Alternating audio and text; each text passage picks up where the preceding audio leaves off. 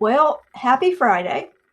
And I'm sure that many of you are watching the headlines almost daily right now, whether it's for international news or local news or financial news. And if you're in the real estate business or thinking about buying or selling your house, you might be focused on the awful mortgage news that is an almost daily occurrence.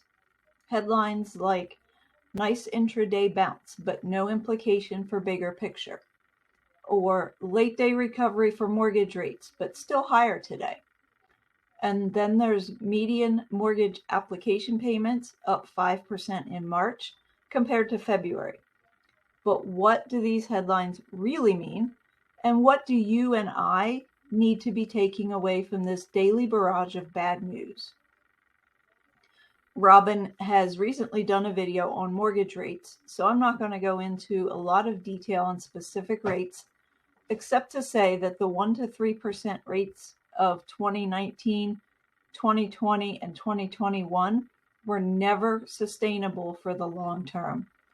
I will also note that this decrease in rates, along with the very recent increase in the same rates, are most likely not tied to COVID, politics, or anything recent. All financial sectors ebb and flow, and rates are certainly no exception. Now, what about all of the other bad news, such as the median mortgage application payments up 5% in March, or the headlines stating that we're running out of homes to sell?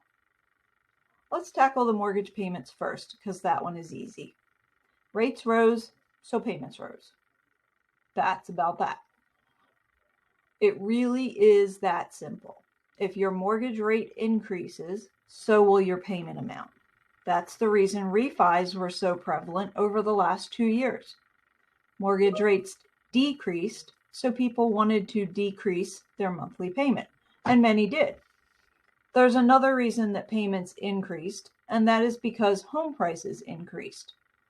Realtor.com shows that prices in Delaware have risen anywhere from 16 to 39% over the last year. And that was based on February's prices. We're in April now, so it didn't even figure in March. And if you look at the price levels over the last 2 years, while the rates were busy on a downhill slide, prices were steadily climbing. And then there's inventory. Nationally, inventory is down about 20% year over year from 21.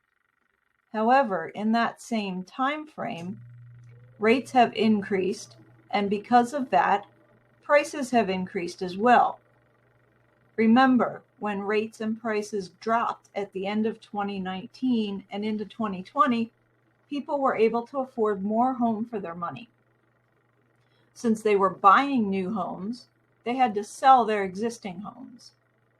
Now that rates and prices are increasing, fewer people are buying because fewer people can afford the higher prices.